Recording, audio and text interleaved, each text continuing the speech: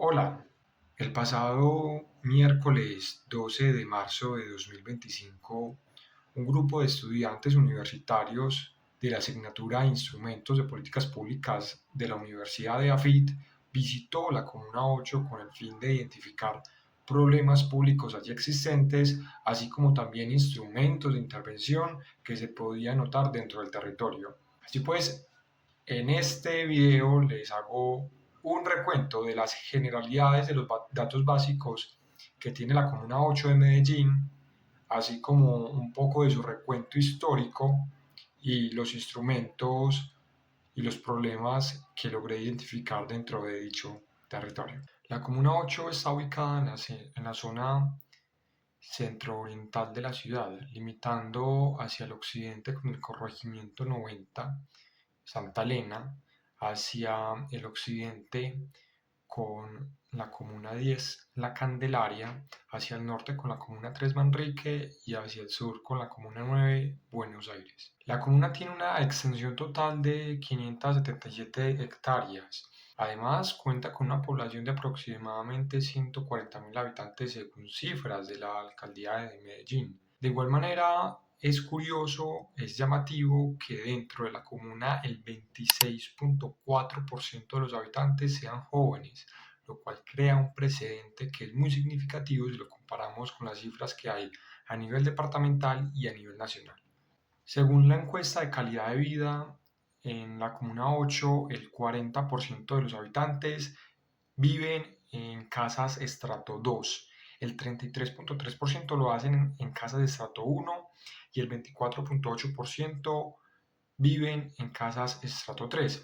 Eso quiere decir que aproximadamente el 73.3% de los habitantes se sitúan entre los estratos socioeconómicos más bajos. Igualmente es llamativo que las personas de esa comuna presentan grandes restricciones hacia el acceso de Internet, representando un 38% de los hogares que no cuentan con este servicio. Los niveles educativos predominantes son preescolar con un 18%, básica secundaria con un 23% y media técnica con un 24%. Además, resalta que las personas con un nivel de educación universitario apenas llegan a representar un 3% de la población total, según la encuesta de calidad de vida. Según el índice de participación ciudadana, Villahermosa se sitúa como la decimonovena comuna con mejor índice de participación en la ciudad de Medellín. También resaltan que son los jóvenes y los adultos mayores quienes más participan dentro de la comuna, representando cada grupo poblacional un 33.5% en los procesos participativos que se desarrollan dentro de la comuna. Eso es muy significativo sobre todo para el lado de los jóvenes, los cuales comparados hacia el nivel de Medellín tienen porcentualmente una participación muy grande dentro de la comuna. En cuanto al presupuesto participativo, la comuna ha priorizado en las asignaciones presupuestales la educación superior, llevándose Sapiencia alrededor del 37% de los recursos del presupuesto participativo. También resaltan que programas como el fortalecimiento a los grupos de adulto mayor son bastante significativos. Asimismo, el apoyo a organizaciones y procesos participativos como las juntas de administradoras locales también se llevan una gran cantidad de recursos dentro del presupuesto participativo. Y también es significativo la asignación que se le hace a la conservación de zonas verdes y a la promoción de la cultura ambiental dentro de la comuna. No obstante, la comunidad ha venido presentando una serie de quejas porque últimamente el presupuesto participativo se ha ido centralizando. Esto en la medida en que el presupuesto participativo solo se habilita en la medida que lo que se asigne presupuestalmente es en concordancia con el plan distrital de desarrollo.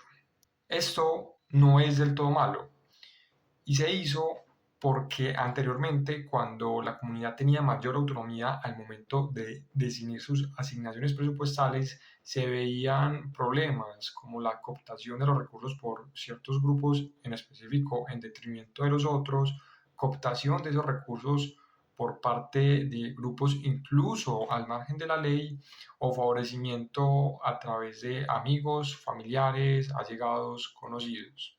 Y es que el presupuesto participativo ha sido un emblema de la ciudad de Medellín. Durante la administración de Fajardo se trajo esa iniciativa desde Brasil, donde en un principio se asignaba el 7% del presupuesto total del municipio para que la misma comunidad decidiera qué hacer con ese dinero. Después se redujo al 5% y se mantuvo estable durante todo este tiempo, salvo una excepción, que fue durante la administración de Aníbal Gaviria. Aquí podríamos estar frente a una falla de la gobernanza. Resulta que Aníbal, en vez del presupuesto participativo, quiso implementar lo que él denominó los planes de vida, los cuales consistían en que él les llevaba una serie de alternativas, de propuestas a la comunidad para que ellos decidieran, mediante aplausos, gritos y bullería, cuál era el mejor proyecto que quería la comunidad. Entonces sí, podríamos vernos en escenarios donde cierto grupo estaría aplaudiendo para que se les llevara acueducto a su barrio, mientras que otros estarían aplaudiendo para irse a pasear a Santa Marta. Hablando un poco sobre la historia de la ciudad de Medellín, encontramos que la ciudad siempre ha sido una zona hídricamente muy rica. Teniendo más de 270 quebradas, los primeros pobladores encontraron dentro de este territorio un lugar fértil para poder hacer los asentamientos. Los primeros pobladores llegaron y se ubicaron en la zona oriental de la ciudad, alrededor de la quebrada Santa Elena, que anteriormente se llamaba la quebrada Ná, después se llamó la quebrada La Sal y por último recibió el nombre de la quebrada Santa Elena. Medellín en sus inicios era completamente agrícola, no obstante, rápidamente dio un paso hacia la minería, lo cual trajo inversiones para la ciudad muy significativas como el ferrocarril y también propició un espacio para la industrialización dentro de la ciudad, trayendo y creándose acá empresas como Fatelares o Imusa. Rápidamente Medellín comenzó a consolidarse como la capital industrial de Colombia, lo cual llamó mucho la atención de las personas aledañas, lo cual derivó en unas primeras olas de migración desde las zonas rurales hacia la naciente ciudad de Medellín, que prometía mejores oportunidades. Una segunda ola de migración se daría a mediados del siglo XX durante la época conocida como la violencia. En este caso, muchas personas desplazadas de sus territorios huyendo de las atrocidades de la guerra decidieron migrar a la ciudad en busca de salvar su integridad. A diferencia de la primera ola de migración, esta tuvo la característica de que las personas que llegaron a la ciudad lo hicieron por obligación. Algunos de esos migrantes no fueron bien recibidos dentro de la ciudad, por lo tanto tuvieron que migrar hacia las laderas y acentuarse alrededor de las quebradas que les permitían la subsistencia. Así vemos que esas personas que quedaron excluidas de la planeación urbana de Medellín en sus inicios empezaron a organizarse alrededor de la quebrada Iguaná en el occidente y alrededor de la quebrada Santa Elena en el oriente. Pese a que estas comunidades y esos asentamientos no tenían una planeación formalizada, sí se resaltan ciertas normas de organización, como por ejemplo dejar los terrenos más planos de las laderas para la construcción de canchas. Medellín ha tenido también que enfrentar graves problemas con la violencia dentro de su territorio y la Comuna 8 no fue la excepción. El caso más triste se dio el 15 de noviembre de 1992, cuando 9 niños se encontraban en la tienda La Cebada y allí un grupo de hombres se bajaron de dos carros y los empezaron a atacar, a disparar. Los niños murieron en el acto y después se conocería que dichas personas serían efectivos de las fuerzas de seguridad del Estado. Este hecho sería catalogado como un crimen de Estado y tendría que ser procesado por la justicia internacional. Otro hecho muy doloroso para la comunidad de Villahermosa se dio en septiembre de 1987, cuando en una de las laderas del Cerro Pan de Azúcar se elevaron 15.000 metros cúbicos de tierra, sepultando inmediatamente 96 viviendas y dejando un saldo de aproximadamente 500 víctimas. Dicho lugar después sería convertido en un camposanto en honor a la memoria de las víctimas. El transporte en la Comuna 8 surgió en paralelo al funcionamiento del tranvía. Recordemos aquí que antes del tranvía de Ayacucho que conocemos hoy en día en la ciudad existió el tranvía primero de sangre y después el tranvía eléctrico.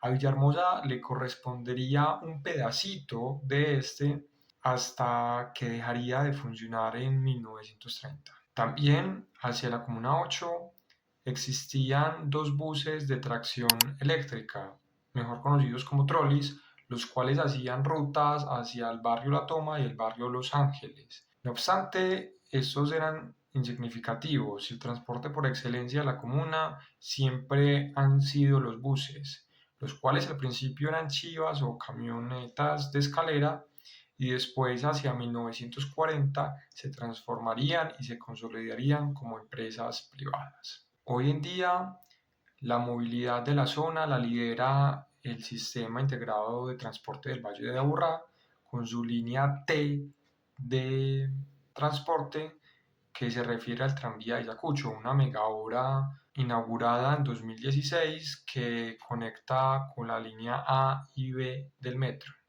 Asimismo, la comuna se beneficia de dos metrocables, la línea H y la línea M, que conectan con las zonas altas del territorio. Durante el recorrido del 12 de marzo del presente año, pude observar diferentes problemas que presenta la Comuna 8 de Medellín, algunos originados por fallas de Estado, otros por fallas de mercado y otros tantos por fallas de la gobernanza. Evidentemente hay que resaltar que el Estado no es capaz de cubrir y acaparar todos los problemas. No estamos en un mundo color de rosa. Problemas surgen todos los días, viejos problemas reaparecen y problemas actuales se transforman. El Estado tiene recursos finitos y en su misión de priorización siempre quedan cosas por fuera. Quizás la clave de la gobernanza sea priorizar correctamente. Con eso claro, veamos pues cuáles problemas logré identificar dentro del recorrido. El servicio de aseo, así como el mantenimiento del acueducto y el alcantarillado, han sido objeto de una falla de mercado que el sector privado no ha podido cubrir al tratarse de bienes públicos. En ese sentido, el Estado se ha apropiado de esa labor cubriendo con estas necesidades, aunque como se ve, lo podría hacer un poquito mejor. El espacio público, como su nombre lo indica, alude a aquellos espacios que son de goce y disfrute de toda la ciudadanía. Cuando un privado coopta ese espacio, estamos frente a un problema. Pero más allá de inventarnos algo nuevo, lo que deberíamos hacer es aplicar la regulación que ya tenemos vigente. La estrechez de las vías representa un problema que puede ser abordado de diferentes maneras. Una de ellas consiste en la contratación con un tercero para que se amplíen las vías. Otra, quizás más eficiente, consistiría en una acción de gobierno directo mediante el cual la Secretaría de Tránsito redefine las rutas y cambia las direcciones y los sentidos de las vías con el fin de dinamizar aún más la movilidad dentro de las zonas. Uno de los problemas más notorios durante el recorrido fue la mala disposición de los residuos. Esto tiene que ir acompañado por dos cosas. Primero, el cambio en la mentalidad de la ciudadanía, que eso corresponde a un problema estructural, y como condición necesaria a esto, también el acompañamiento aún más evidente de la empresa de servicios de aseo de la ciudad de Medellín para que haga una presencia más constante. Ya existe una prohibición a conducir sin casco utilizando motocicletas. Es por ello que a lo mejor hace falta una presencia del gobierno directo a través de algún agente de tránsito para que haga valer estas disposiciones. Además, es importante acompañar esas iniciativas por medio de campañas de información pública donde se le brinde a la ciudadanía capacitación y pedagogía sobre el correcto uso del casco, aludiendo a que en últimas es por su propio beneficio y en aras de salvaguardar su integridad. La planificación conlleva grandes desafíos. Comúnmente los barrios se organizan de acuerdo a las vías de los carros, las motos, el transporte público, las canchas y los parques. No obstante, dentro de esta mentalidad, el rol del transeúnte queda marginalizado. Es importante, pues, pese a que se reconoce la dificultad y los costos de la propuesta, que se construyan espacios y andenes peatonales que garanticen la seguridad de los ciudadanos. A pesar de los problemas, también se encontró una gran cantidad de instrumentos que hacen presencia dentro del territorio. Acá una recapitulación de algunos de ellos. Bastantes hidrantes de incendio fueron observados a lo largo del recorrido. Generalmente estos estaban cerca de las estaciones del metro y se caracterizaban por tener una alta visibilidad y también pues, por tener una alta directividad. Las aulas ambientales fueron espacios pensados para que la ciudadanía lograra aprender sobre procesos de siembra y manejo de huertas. No obstante, se cuestiona la eficiencia de este programa, ya que su operación implica el cubrimiento y el mantenimiento de una planta física, de un personal de seguridad y de un personal administrativo. Ante la ausencia de incentivos que tienen los particulares para poner basureros en espacios públicos, configurando así una falla de mercado, el Estado se ha encargado de cubrir con esta labor. Las escaleras en zonas públicas, seguramente construidas en su momento por un tercero mediante un proceso de contratación, son algunos de los elementos que quedan desapercibidos dentro de la cotidianidad. Al igual que el anterior instrumento, el parqueadero de bicicletas denota el precedente de un contrato mediante un tercero que construyó la obra. Asimismo, resalta la información y la señalización que hay respecto al parqueadero y se destaca la baja coerción, el bajo nivel de coercibilidad que persiste dentro de este instrumento, pues no se infringe ni se restringe la conducta de ningún individuo al momento de utilizar este parqueadero. Las señales podotáctiles son un instrumento de información pública que buscan maximizar la equidad. Los centros infantiles también son un claro ejemplo de un servicio social dirigido por el gobierno que tiene un alto nivel de directividad y que también busca maximizar la equidad. Cotidianamente estamos rodeados de información pública, desde el color de un poste de luz hasta las señales de tránsito. En ese sentido, lo extraño sería no habernos topado con ninguna información pública durante el recorrido. Gimnasios al aire libre y sobre todo canchas también fueron observados. Acá se resalta el simbolismo tan importante que esos espacios tienen para la comunidad, convirtiéndose en centros de recreación y casi que las zonas en las cuales se reúne la comunidad. También logramos ver uno de los ejemplos por excelencia del gobierno directo, la policía. A pesar de que no se vio sino dos casos y estos siempre fueron cerca de las estaciones del metro. Las rejillas de agua son un instrumento con un alto nivel de automaticidad, pues aprovechan la estructura del alcantarillado existente para cumplir con su misión de drenaje. Los pasamanos de seguridad también son otro tipo de instrumentos que se realizan con el fin de evitar accidentes. Estos instrumentos en particular cuentan con un alto nivel de legitimidad, pues ¿quién se va a oponer a que construyan pasamanos? El terreno destinado para la terminal de transporte, servicio que en últimas termina siendo implementado por un privado, es un buen ejemplo de regulación del mercado y por ende de baja directividad y, en este caso, de alta eficacia. El transporte, pese a que en un principio es un servicio público, lo terminan implementando privados. Y esto es con el fin de aumentar su eficiencia y su eficacia. Las unidades de vida articulada, que empezaron siendo tanques de agua, rápidamente pasaron también a ser parques públicos gracias a la gestión de la empresa favorita de todos los medellinenses, EPM.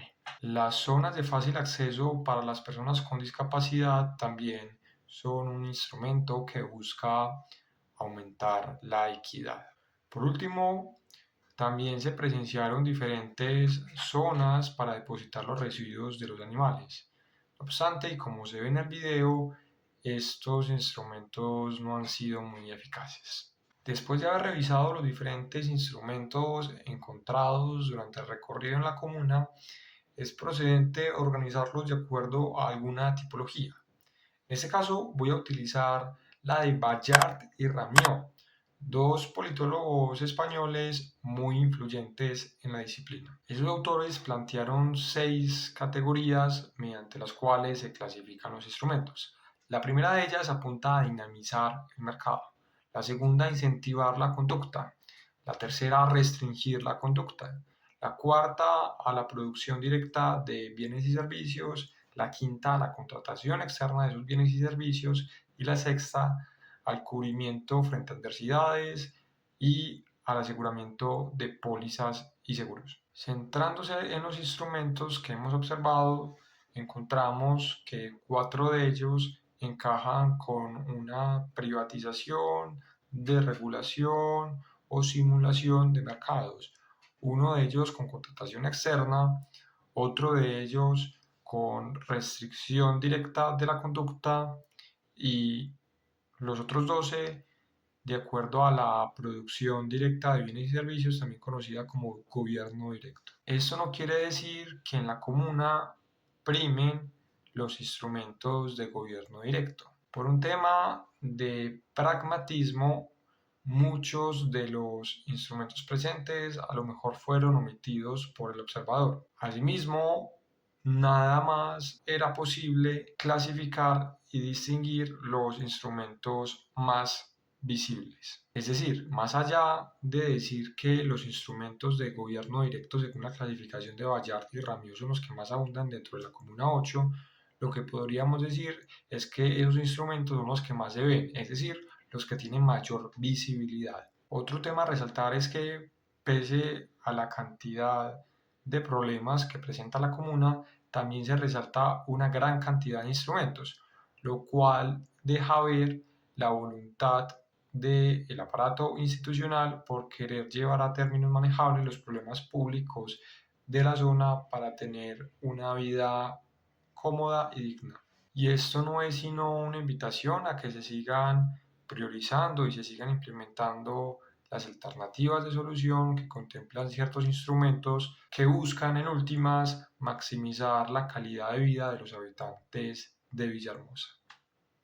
Para la realización de este video me apoyé de diferentes trabajos académicos realizados sobre la Comuna 8 de Medellín, así como también de datos oficiales de la Alcaldía de Medellín.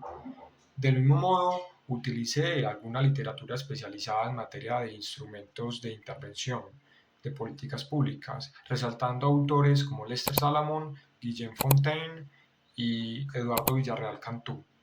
Gracias y nos vemos en un próximo video.